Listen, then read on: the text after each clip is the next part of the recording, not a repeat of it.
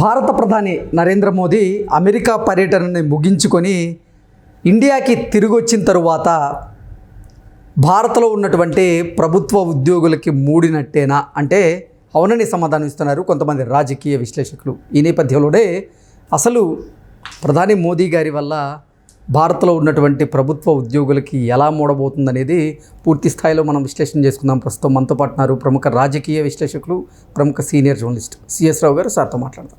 Sir నమస్తే. Sir నమస్తే. ప్రధాని మోదీ గారు అమెరికా పర్యటనను ముగించుకొని ఇండియాకి వచ్చిన తర్వాత ప్రభుత్వ ఉద్యోగులకి మూడబోతోంది అంటూ కొన్ని వార్తలు వస్తూ ఉన్నాయి. ఏంటి సార్, ఏం జరగబోతుంది? అంటే నరేంద్ర మోడీ గారి యొక్క పర్యటన చూసుకుంటే ప్యారిస్ తర్వాత అమెరికా వెళ్ళారు. అమెరికా వెళ్ళిన తర్వాత ఎవరిని కలిశారు ఫస్ట్ అని అంటే ఎలన్ మస్క్ని కలిశారు. ఆ తర్వాత జాతీయ భద్రతా సలహాదారుగా ఉన్నటువంటి తులసి గబార్డ్ ఆమెను కలిశారు. సో వీళ్ళిద్దరిని కలిశారు.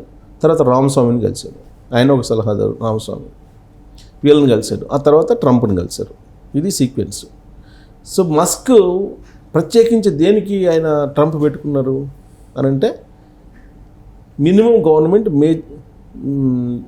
మేజర్ గవర్నెన్స్ అని, అంటే తక్కువ మంది ఉద్యోగులతోటి ఎక్కువ పరిపాలన అందించాలి అనేది ఆయన కాన్సెప్ట్. దాంట్లో భాగంగా అమెరికాలో ఉండేటువంటి ఉద్యోగులందరినీ తీసిపడేశారు. 90,000 మంది ఉద్యోగుల్ని పక్కన పెట్టేశారు. 90,000 మంది ప్రభుత్వ ఉద్యోగుల్ని. మిగతా వాళ్ళని కూడా మీరు నవంబర్లో మళ్ళీ టైం ఇచ్చారు, నవంబర్ ఇచ్చారు, మళ్ళీ దాన్ని ఎక్స్టెండ్ చేశారు. మార్చి లోపల మిగతా వాళ్ళు కూడా రిజైన్ చేయండి అని చెప్పి చెబుతున్నారు. రిజైన్ చేసి మీరు వెళ్ళండి, రిజైన్ చేసి వెళ్తేనేమో మీకు బెనిఫిట్స్ ఉంటాయి, లేదా కంటిన్యూ అయితే మాత్రం మీ పర్ఫార్మెన్స్ని కౌంట్ చేసుకునే మీకు జీతాలు ఫిక్స్ చేస్తామని చెప్పి చెబుతున్నారు. మినిమంలో మినిమం 2 లక్షల మందిని ఓడబెక్కాలనేది వాళ్ళ టార్గెట్. 2 lakhs 2 లక్షల మంది ఉద్యోగుల్ని ఇంటికి పంపించాలనేది. అలా పంపిస్తేనే అమెరికా యొక్క ఆర్థిక వ్యవస్థ స్థిరంగా ఉంటుందనేది ఎలన్ మస్క్ యొక్క అభిప్రాయం. టెస్లాలో కూడా అదే చేస్తున్నాడు ఆయన సొంత కంపెనీలో, ఎక్స్లో కూడా అదే చేస్తున్నారు. చాలామంది ఎంప్లాయీస్కి పంపించేశారు, చాలామందిని పే ఆఫ్ చేసేసారు. సో కాబట్టి ప్రభుత్వంలో కూడా అదే ఇంప్లిమెంట్ చేస్తున్నారు. డోజ్ అని పెట్టాడు, గవర్నమెంట్ ఎఫిషియన్సీ పెట్టారు, డోజ్ అనేది. సో గవర్నమెంట్ ఎఫిషియన్సీ అనేది డోజ్ అని పెట్టి, ఆ డోజ్ యొక్క లక్ష్యం ఏంటంటే గవర్నమెంట్ ఎంప్లాయీస్ని వీలున్నంత వరకు తగ్గించి ఎక్కువ సమర్థవంతమైన పరిపాలన ఎలా అందించవచ్చు, అంటే ఖర్చులు తగ్గించుకొని పరిపాలన మెరుగ్గా అందించడం అనేది కాన్సెప్ట్.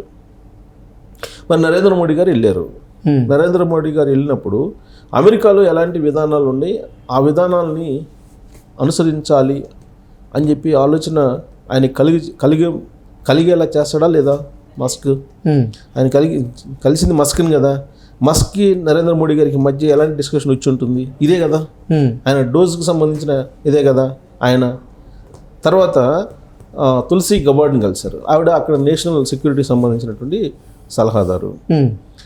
అజిత్ దోవల్ కూడా వెళ్ళారు ఇక్కడి నుంచి, భారతదేశం నుంచి, సెక్యూరిటీకి సంబంధించి. ఆడ టెర్రరిస్టులు కొంతమంది ఉన్నారు, తలదాచుకుంటున్నారు అక్కడ.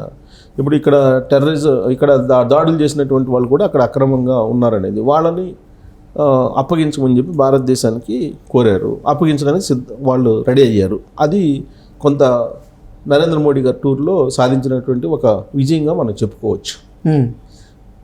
ఇది అక్కడ తలదాచుకుంటున్న టెర్రరిస్టులు, ఇప్పుడు ఖలిస్తానీ ఉద్యమకారులు కొంతమంది ఉన్నారు, వాళ్ళందరినీ విచారణకి భారతదేశానికి అప్పచెప్పడానికి వాళ్ళు అంగీకరించారు. తులసి గబార్డ్ ఇండియా మూలాలు ఉన్నటువంటి ఆవిడ. సో ఆవిడ దీనికి గ్రీన్ సిగ్నల్ ఇచ్చినట్టు తెలుస్తుంది అమెరికా ప్రభుత్వం. సో కాబట్టి దాంట్లో విజయం సాధించారు అనుకోవచ్చు. ఇక ఎలన్ మస్క్ చెప్పింది ఇంప్లిమెంట్ చేస్తారా లేదా నరేంద్ర మోడీ గారు? ఖచ్చితంగా ఇంప్లిమెంట్ చేయాలి. ఓకే, ఎందుకు ఇంప్లిమెంట్ చేయాలి అని అంటే, సపోజ్ మనం ఎవరి దగ్గరైనా అప్పు తీసుకోవడానికి వెళ్తాం. అతను ఏమంటాడు, డబ్బులు ఇచ్చేటప్పుడు దేనికోసం అని అడుగుతాడా? ఫలాందని చెప్తాం. దాంట్లో లాభ నష్టాలు ఏంటి అనేది అడుగుతాడు.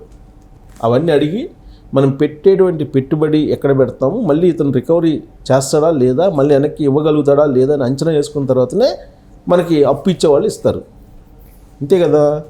మరి అమెరికా దగ్గరికి ఎందుకు వెళ్ళారు నరేంద్ర మోడీ గారు? అక్కడి నుంచి ఫండ్స్ తీసుకొచ్చుకోవడానికే కదా. దాని యొక్క ఆశీస్సులు ఉంటే మనకు ఫండ్స్ వస్తాయి, సాంకేతికత వస్తుంది, రక్షణకు సంబంధించినటువంటి అన్నీ వస్తాయి. వాళ్ళ నుంచి ఏదో ఒక రూపంలో, వస్తు రూపంలోనో, నగదు రూపంలోనో, ఆయిల్ రూపంలోనో, మెటల్ రూపంలోనో ఏదో ఒకటి బెనిఫిట్ పొందాలి కదా వెళ్ళింది. ఒక పెద్ద మనిషి దగ్గరికి ఎందుకు వెళ్తాం? అక్కడి నుంచి ఏదో ఒక బెనిఫిట్ పొందాలనే కదా మనం వెళ్ళేది. వెళ్ళినప్పుడు వాళ్ళ దగ్గర నుంచి సహాయం మనం కోరుతున్నప్పుడు ఖచ్చితంగా వాళ్ళు వీళ్ళు దీన్ని మళ్ళీ తిరిగి ఇవ్వగలరా లేదా అనేది తెలుసుకుంటారు కదా. తెలుసుకొని దాన్ని సాటిస్ఫై అయితే ఇస్తారు. లేదు అని అంటే ఇదిగో ఈ విధంగా చెయ్యి, నేను ఇస్తాను, ఇది చేస్తే నీకు మిగులుతాయి అని ఒక సలహా ఇస్తారు. అలా చేస్తానని చెప్పి నువ్వు ఒప్పుకుంటేనే అప్పుడు డబ్బులు ఇస్తారు. సేమ్ అమెరికా కూడా ఇండియాకి సహాయం చేయాలంటే మేము అమలు చేస్తున్నటువంటి విధానాలని మీరు కూడా అమలు చేయాలి అని చెప్పి చెప్తుంది. ఓకే, చెప్పి మీరు కూడా మినిమం గవర్నమెంట్ మేజర్ గవర్నెన్స్ ఇవ్వండి, స్మాల్ గవర్నమెంట్ బిగ్ గవర్నెన్స్ ఇవ్వండి. మేము ఇలా చేస్తున్నాం డోజును పెట్టి మీరు కూడా మీ దేశంలో మీ బడ్జెట్లో 60-70% ఉద్యోగులు జీతాలకు వెళ్ళిపోతుంది. కాబట్టి మేమే అభివృద్ధి చెందినటువంటి వాళ్ళని డోజ్ అని పెట్టి మేము ఉద్యోగులు తీసేస్తున్నాము, మీరు ఎందుకు తీసేయట్లేదు? మీ సాంకేతిక పరిజ్ఞానం ఇస్తున్నాం కదా, ఈ సాంకేతిక పరిజ్ఞానంతో మొత్తం మీరు పని చేసుకోవచ్చు కదా. ఆర్టిఫిషియల్ ఇంటెలిజెన్స్కి సంబంధించినటువంటి సాంకేతిక పరిజ్ఞానాన్ని షేర్ చేస్తున్నాం కదా, ఒప్పందాలు కుదిరినాయి కదా, ద్వైపాక్షిక ఒప్పందాలు. మరి మీకు అంతమంది ఎంప్లాయీస్ దేనికి? తీసేయండి. ఎంప్లాయీస్ని తీసేసి మీరు ఖర్చులు తగ్గించుకోండి, మీరు అప్పుడు మాకు రిటర్న్స్ ఇవ్వగలరు. లేదంటే అప్పులు ఇప్పటికే దాదాపు చాలా అప్పులు అయిపోయింది.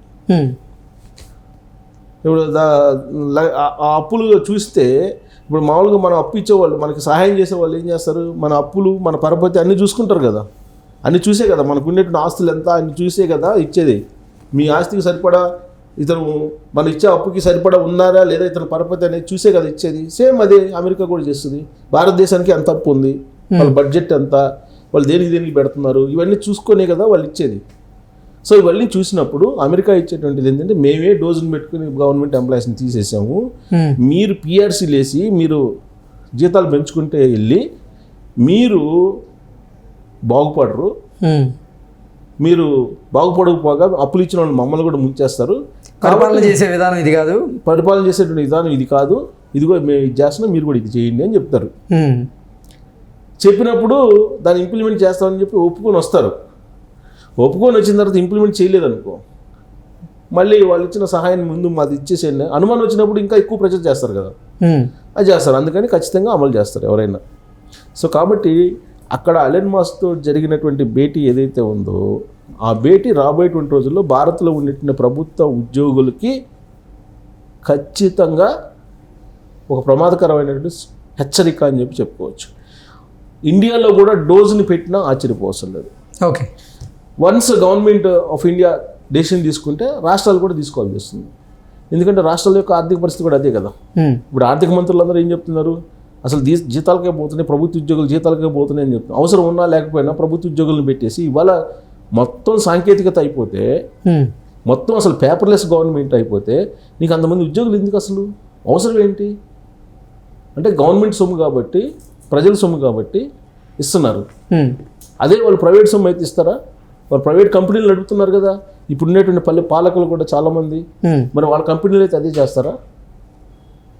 ఇప్పుడు విఆర్ఎస్ ఆల్రెడీ ప్రకటించారు గవర్నమెంట్, కానీ విఆర్ఎస్కి ఎవరు వెళ్తలా, బెనిఫిట్ తీసుకోవాలని చూస్తున్నారు. అందుకే అక్కడ కూడా వాళ్ళు మెడ మీద కత్తి పెట్టారు, డోస్ పెట్టి. అమెరికా లాంటి దేశం, ప్రపంచంలో అగ్రదేశంగా ఉన్నటువంటి అమెరికాని మెడ మీద కత్తి పెట్టి ఇంటికి పంపిస్తుండే ప్రభుత్వ ఉద్యోగులను, భారంగా మారేనని. మరి ఇండియా లాంటి అభివృద్ధి చెందుతున్నటువంటి దేశం, పూరికను పేదకి మధ్య కొట్టుకుంటున్నటువంటి అమెరికా, భారత్ లాంటి దేశం ప్రభుత్వ ఉద్యోగులను ఎందుకు ఎంటర్టైన్ చేయాలి అవసరం లేకుండా? ఇదే అమెరికా చెప్పింది. మాస్క్ కూడా అదే చెప్తాడు. మాస్క్ ఏం చెప్తాడు? రేపు టెస్లా కంపెనీని పెట్టాలంటాడు. టెస్లా కంపెనీ పెడతామా, మీరు ఇది చేసుకోండి అని చెప్తాడు. లేదా టెక్నాలజీ ఇస్తాం మేము, మీరు ఇది చేసుకొని అంటారు. మరి వాళ్ళు చెప్పినట్టు వినక తప్పదు, ఇవాళ కాబట్టి రేపైనా. కాబట్టి ఇండియాలో కూడా డోజ్ వస్తుంది. ఇండియా గవర్నమెంట్ తీసుకున్నటువంటి డోజ్ సిస్టము రాష్ట్ర ప్రభుత్వాలు కూడా ఖచ్చితంగా అమలు తీరాల్సింది ఇవ్వాలి కాబట్టి రేపైనా. అది వాళ్ళిద్దరూ మధ్య జరిగినటువంటి భేటీలో ఉన్నటువంటి ఆంతర్యం. Okay sir, thank you so much. Thank you.